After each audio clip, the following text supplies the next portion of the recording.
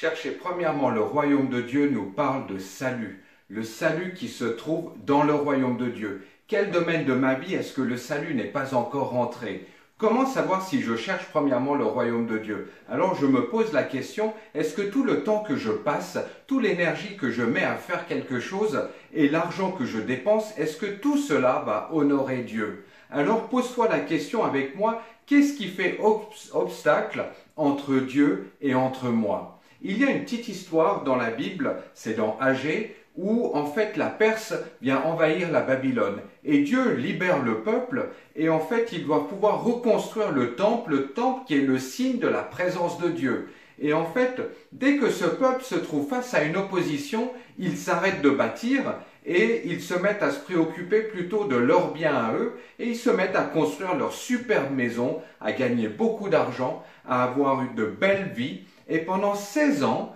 eh bien, ils vont arrêter cela. Et au bout de 16 ans, Dieu vient rompre le silence.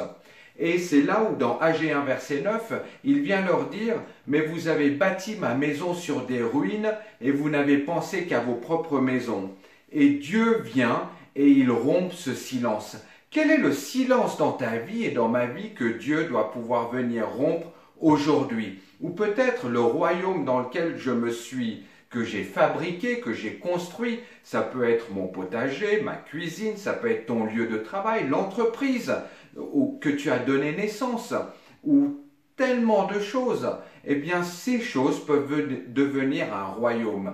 Et comme je l'ai dit hier, eh bien, si ce royaume est mis entre les mains de Dieu, eh bien, cela devient un témoignage parce qu'on va pouvoir faire avancer son royaume. Donc, est-ce que la chose que je garde dans mon cœur, est-ce que je le libère entre les mains de Dieu pour que lui en soit le roi? Parce que souvent le problème, c'est que ces choses dont nous avons une passion, c'est que nous avons été le roi dessus. Et l'objectif aujourd'hui, c'est que je ne sois plus moi le roi sur ces choses, mais que ça soit Dieu qui soit le roi dans ces domaines. Ça peut être tellement de choses. Regarde le domaine peut-être de ta vie où tu es en lutte, où tu es en combat, peut-être ces choses qui sont en tension continuelle dans ta vie, peut-être que c'est cette chose qui est devenue un royaume et qu'on devrait pouvoir laisser Dieu être pleinement le roi. Ce n'est pas évident, ce n'est pas facile à pouvoir avouer, mais ça nous emmènera dans une plus grande liberté. Alors c'est ma prière pour toi et pour moi aujourd'hui,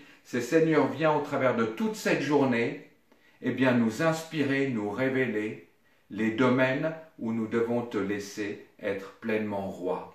Et peut-être ces domaines où nous avons pris le contrôle et où on doit accepter que c'est toi qui vas venir prendre le contrôle. Alors viens Jésus, et je bénis chacun de mes amis ce matin.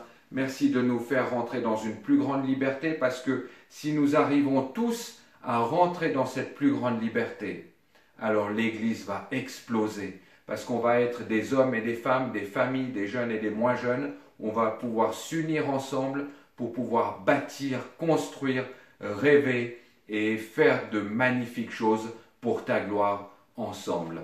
Alors je te souhaite une excellente journée, toute la bénédiction de Dieu.